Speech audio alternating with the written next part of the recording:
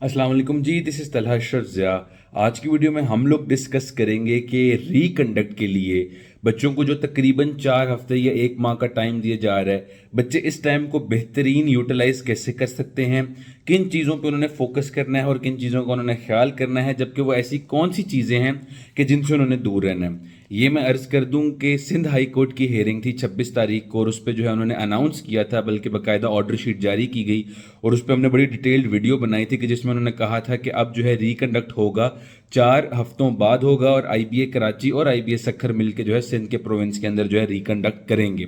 इसी तरह आज के दिन हेयरिंग थी इस्लामाबाद हाई कोर्ट के अंदर शहीद जुल्फ़िकार अली भुट्टो मेडिकल यूनिवर्सिटी से मुतल्लिक, और although it's not an official news, अभी ऑफिशियली ये चीज़ अनाउंस नहीं की गई या कोई ऑर्डर शीट जारी नहीं की गई। इसका जो हतमी फैसला, जो आपका फाइनल फैसला है, वो कल अनाउंस किया जाएगा 11 बजे 29 अक्टूबर को। हाउएवर ये रिपोर्ट किया जा रहा है, बहुत से लोग इस बारे में कह रहे हैं कि जी रिकंडक्ट होगा शहीद जुल्फ़िकार अली भुट्टो मेडिकल यूनिवर्सिटी में भी। अब मैं उस चीज़ से एग्री करता हूँ या नहीं करता, या मेरे नज़दीक रिकंडक्ट होना चाहिए था या नहीं, मैं उसमें नहीं पढ़ूंगा, क्योंकि वो एक अलग बहस है और मेरा ख्याल है कि उस बहस का भी कोई फ़ायदा भी नहीं है। जो चीज़ हो रही है हमें चाहिए कि हम उसके साथ मूव करें। अब हर चीज़ के ऊपर तबसरे करने बैठ गए, कुछ बच्चों को ठीक लग रहा होगा रिकंडक्ट, कुछ कहेंगे कि जी बड़ा गलत हो रहा है, और वो हर किसी का अपना ओपिनियन होगा। हमने देखना है कि जी अब अनाउंस अगर एक चीज़ हो गई है, बच्चों ने इतनी प्रोटेस्ट की है, लॉयर्स ने इतना काम किया है, पेरेंट्स बच्चों के जो है उन्होंने इतनी स्ट्रगल की है, अब उसका अगर कोई अल्टीमेटली फ्रूट मिल रहा है तो मेरा ख्याल है कि हमें चाहिए कि हम उसी डायरेक्शन में चलें और कोशिश करें कि जो जो चीज़ें अब जैसे जैसे हो रही हैं हम उनको जो है वैसे वैसे फॉलो करते जाएं। तो प्रॉबली सिंध के अंदर और आपकी जो शहीद जुल्फ़िकार अली भुट्टो मेडिकल यूनिवर्सिटी है वहाँ पे आपका रिकंडक्ट होगा एग्ज़ाम का। ये भी बता दूं कि अभी ये कुछ भी नहीं पता कि यूएचएस का रिकंडक्ट होगा या नहीं, इसका यूएचएस पे क्या असर होगा। रिकंडक्ट के साथ पिछले साल का जो रिजल्ट है उसको भी इनवैलिड करार दे दिया गया और कहा गया है कि जी पिछले साल वाला रिजल्ट बच्चे यूज़ नहीं कर सकते इस साल अप्लाई करने के लिए। But again this has been announced for Sindh officially. Islamabad के लिए अभी ये अनऑफिशियल है और यूएचएस के लिए अभी इस पर कोई भी जो है बात बताई नहीं जा रही और कुछ ऐसा अपडेट भी नहीं है यूएचएस के बारे में।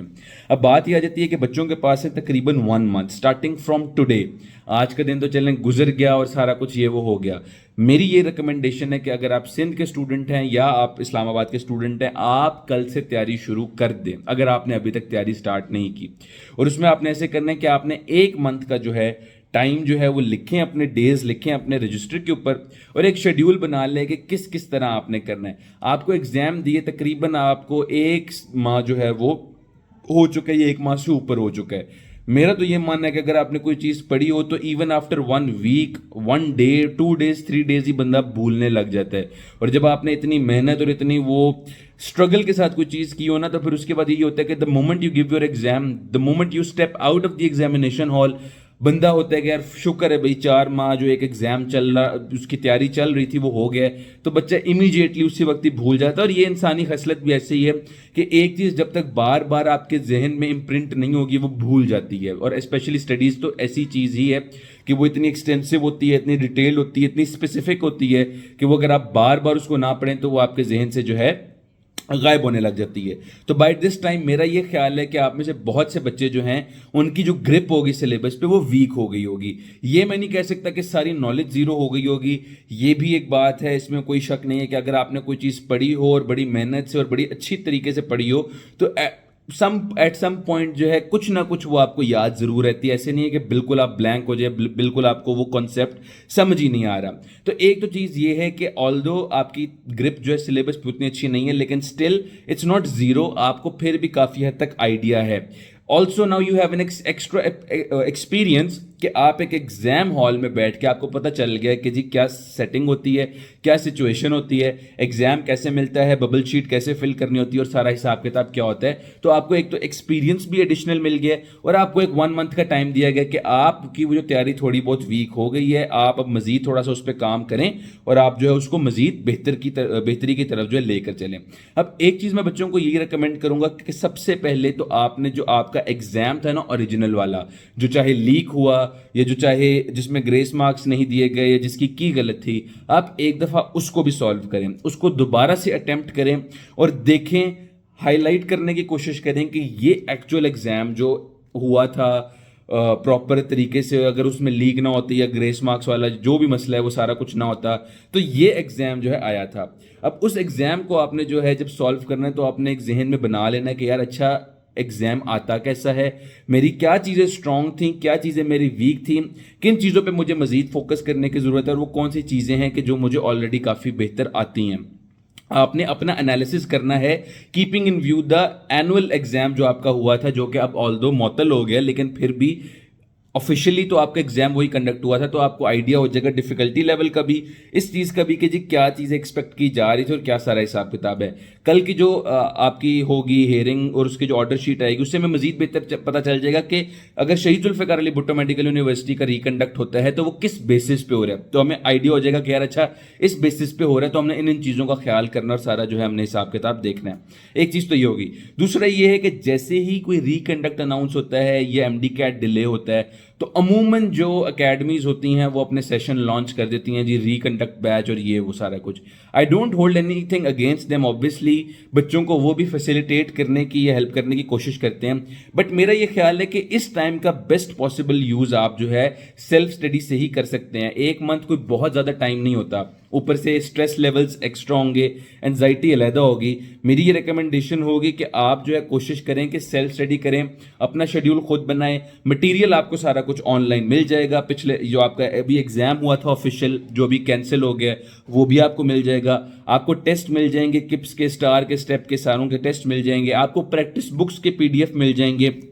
आपको और बड़ा प्रैक्टिस मटेरियल मिल जाएगा, वर्कशीट्स मिल जाएंगी, नोट्स मिल जाएंगे, हैंड रिटन नोट्स भी मिल जाएंगे, प्रिंटेड नोट्स भी मिल जाएंगे, आपको सारा मटेरियल ऑनलाइन मिल जाएगा। और हमारे भी जो व्हाट्सएप ग्रुप्स हैं या इंस्टा का जो ब्रॉडकास्ट चैनल है, हमारी कोशिश होती है कि कोई भी ड्राइव का लिंक हमारे पास अगर मिलता है हमें कहीं से भी, with due respect and due credit to the person जिसने वो बनाई हुई है, हम कोशिश करते हैं कि वो बच्चों तक पहुंचा जाए ताकि मैक्सिमम बच्चों का फायदा हो जाए। जो बच्चे अफोर्ड नहीं कर सकते, ये ऑब्वियसली एक माह के लिए अब नई किताब लेना, नया खर्चा करना, वो तो जो है वो जेब नहीं देता, तो इसीलिए बंदा जो रिसोर्सेज अवेलेबल है उनको यूज कर ले। आपने इन चीजों को यूटिलाइज करना है। मेरा ख्याल है कि इस टाइम में जो 1 मंथ का your main focus should be on your revisions. At least 2 दफा आप कोशिश करें, एटलीस्ट कम अज कम 2 दफा कोशिश करें। एक दफा जरा थोड़ा ज्यादा टाइम लगा के 20, 21, 23, 24 दिन लगा के पूरा सिलेबस को ओवरव्यू करें, और आखिरी के जो हफ्ता 10 दिन है उसमें कोशिश करें कि दोबारा से यानी सिलेबस को रिवाइज करें। तो मेरा ख्याल है कि एक अच्छी तैयारी हो सकती है।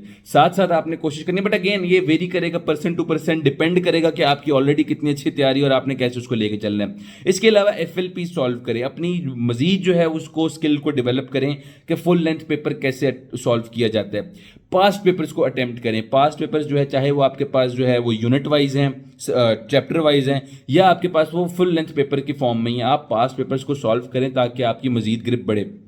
मैं ये कतन रिकमेंड इस टाइम पे नहीं करूंगा आप लोगों को कि आप एक नई प्रैक्टिस बुक खरीदें और वो करने लग जाएं, क्योंकि प्रैक्टिस बुक के एमसीक्यूज को सॉल्व करना, अटेम्प्ट करना बड़ा मुश्किल काम होता है। हाउएवर अगर आपको लगता है कि आपकी प्रैक्टिस जो है वो डेफिशिएंट है and that you need more practice, कि आप जो है जब पेपर आपने असली वाला दिया था तो आप उतने कॉन्फिडेंट नहीं थे, या आप जो है वो नए नए तरह के सवाल आपके सामने आ रहे थे और आपको था यार ऐसे सवाल तो मैंने कभी किए नहीं है, तो एक आधी बुक आप जरूर प्रैक्टिस की ले लें और उसमें सॉल्व करें। लेकिन ऐसा ना कीजिएगा कि बहुत ज्यादा टाइम उस पर लगाने लग जाएं। मेन फोकस आपको होना ऑन रिवाइजिंग द सिलेबस। और साथ एफएलपीज और पास पेपर्स मैं इसलिए कह रहा हूं कि ताकि आपका हाथ और जो माइंड है वो जरा ओरिएंटेड रहे फॉर द पेपर। प्रैक्टिस करना भी इक्वली इंपॉर्टेंट है, तो वो भी चीज आपने लाजमी करनी है। तो कोशिश करें कि आपका मेन फोकस जो है वो रिवीजन के साथ साथ प्रैक्टिस पे रहे। प्रैक्टिस के लिए एफएलपीज करना है, पास पेपर्स करने है, इवन कोई प्रैक्टिस बुक भी करनी है तो आप कर सकते हैं, बट बहुत ज्यादा उसमें ना चले जाइएगा कि एक एक चैप्टर के 100, 200, 300 एमसीक्यूज आप करने लग जाए, क्योंकि वो आपका टाइम बड़ा ज्यादा जो है कंज्यूम होगा। अभी हमने इस टाइम का बड़ा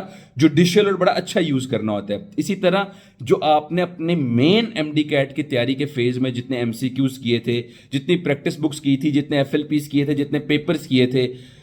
उसमें जो जो चीजें आपकी गलत होती गई, जो जो एमसीक्यूज आपके गलत होते गए, जो जो कॉन्सेप्ट्स आपके वीक थे, जो जो कॉन्सेप्ट्स आपने मजीद बिल्ड करने हैं, उनको देखें, उनको फोकस करें कि पहले जो जो चीजें आपने पढ़ी थी, जो जो उसमें गलतियां आपने की थी, उन पे फोकस करें, उनको देखने की कोशिश करें। तो एंड वाला ये जो टाइम है आप समझ लें कि जिस तरह आपके पास एमडी कैट से पहले एक माह का जो टाइम था जिसमें आप रिवीजन कर रहे थे, अपनी गलतियों को देख रहे थे, एफएलपीज कर रहे थे, पास पेपर्स कर लेते, समझ लें कि वही टाइम दोबारा वापस आ गया और आपने जो है उसी तरह से ही, उसी पेस से, उसी फोकस के साथ और उसी उम्मीद के साथ जो सारा आपने काम करना है। एक और चीज ऐड कर दूं कि अगर तो रिकंडक्ट होता है, बहुत से बच्चे पूछते हैं कि जी मैंने यूएचएस का एग्जाम दिया था, मैंने फलां एग्जाम दिया था, क्या मैं उस रिकंडक्ट में भी अप्लाई कर सकता हूं जो अभी हो रहा है? तो ऐसा बिल्कुल भी नहीं होता। अगर आपने रिकंडक्ट में, सिर्फ वो बच्चे अपीयर हो सकते हैं कि जिन्होंने एक्चुअल एग्जाम के लिए रजिस्ट्रेशन करवाई होती है, यानी सजाब एमयू का जो एक्चुअल एग्जाम हुआ था, जितने बच्चे उसके लिए रजिस्टर्ड थे वो सारे जो है अपीयर हो सकते हैं इन द रिकंडक्ट एग्जाम। उसके अलावा कोई नया बच्चा अपीयर नहीं हो सकता। इसके अलावा कुछ बच्चे ये भी पूछ रहे हैं कि क्या इसका मेरिट के ऊपर कोई असर पड़ेगा? जो यूएचएस का बना हुआ है, जो प्रिडिक्ट किया जा रहा है अकॉर्डिंग टू डिफरेंट रिसोर्सेज के 93.5 से लेकर 94 तक होगा, तो देखिए वो अगेन डिपेंड करता है कि इस रिकंडक्ट का रिजल्ट कैसा आता है और इस बात पे भी डिपेंड करता है कि इस्लामाबाद के डोमिसाइल होल्डर्स की, ये जो बच्चे दे रहे हैं आपका एग्जाम सजाब एमयू का, उसमें कितने बच्चे जो हैं वो इस्लामाबाद या रावलपिंडी के डोमिसाइल होल्डर्स हैं और कितने बच्चे पंजाब के डोमिसाइल होल्डर्स हैं। ये चीज़ें डिपेंड करती हैं कि आपका रिजल्ट कैसा आता है, कितने डोमिसाइल होल्डर्स हैं यहाँ के, कितनी सीट्स है पंजाब के अंदर। जो आपके इस्लामाबाद के डोमिसाइल होल्डर्स हैं वो ओपन मेरिट पे अप्लाई कर सकते हैं कि नहीं, इस बारे में भी खैर अभी कोई एग्जैक्ट ऑफिशियल अनाउंसमेंट या वो नहीं बताया गया। काफ़ी हद तक न्यूज़ तो देखने को मिल रही है, लेकिन वही बात है कि चीज़ें बहुत मल्टीफैक्टोरियल होती हैं। ऐसे मेरा बता देना कि जी रिकंडक्ट हो रहा है, मेरिट अब 94 से उठ के 95, तो ऐसा बिल्कुल भी नहीं होता। आप लोग बस अपने जिनका एग्जाम हो चुका है यूएचएस का, वो दुआ करें कि अल्लाह उनके मुकद्दर अच्छे करे और उनकी जो उन्होंने एम किया हुआ है या उन्होंने जो सोचा हुआ है वो वैसा ही हो। और जो सजाब एमयू वाले हैं जिनका एग्जाम अगेन हो रहा है, वो भी फिर अब उनके पास अगर सेकंड चांस है तो वो अल्लाह से दुआ करें कि they make the most of it, अच्छा परफॉर्म करें और अल्टीमेटली जो उनके साथ चीज़ें अनफेयर हुई हैं उनका अजाला हो, वो एक फेयर एग्जाम दे सके और बच्चों के साथ जो प्रॉपर तरीके से कंपीट कर सके। एक और मेरी एंड पे सजेशन ये होगी कि मेरे नज़दीक ये जो मॉडल है ना कि ये जो यूएचएस और सजाब एमयू का अलग-अलग एमडी कैट होता है, मेरे नज़दीक ये मॉडल बहुत ही गलत है। मेरे नज़दीक यूएचएस और सजाब एमयू में से किसी एक जो है बॉडी को जो है एग्जाम लेना चाहिए इस्लामाबाद और आपके पंजाब के अंदर, क्योंकि इन बच्चों ने सेम सीट्स पे अप्लाई करना होता है। एक का आसान एमडी कैट आ जाए, एक का मुश्किल आ जाए या डिफिकल्टी लेवल थोड़ा सा भी ऊंच नीच हो जाए तो बहुत ज़्यादा फर्क पड़ता है मेरिट पे और बच्चों के फ्यूचर पे। जब एक ही एग्जाम देंगे दोनों जगहों के बच्चे, जब सेम एग्जाम का डिफिकल्टी लेवल होगा तो मेरा ख्याल है कि फिर वो वाली चीज़ जो है नहीं रहेगी, सब कुछ फेयर होगा और सब कुछ ठीक रहेगा। एक एग्जाम